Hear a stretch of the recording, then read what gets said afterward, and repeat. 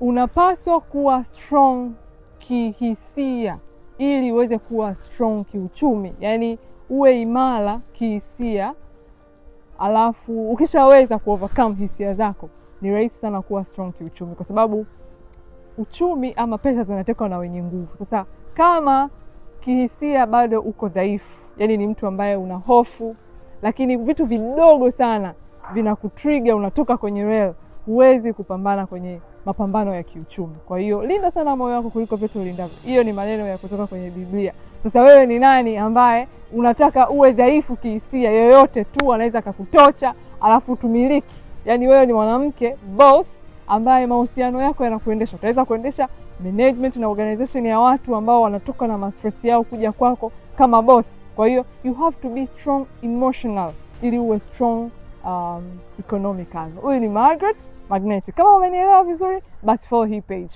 Na kama umeelewa zaidi, share na save hii video, itaweza kukusaidia na kukuremind kila mara. Lakini kama unatamani kuwa strong, this is the better place. I am the better place for you.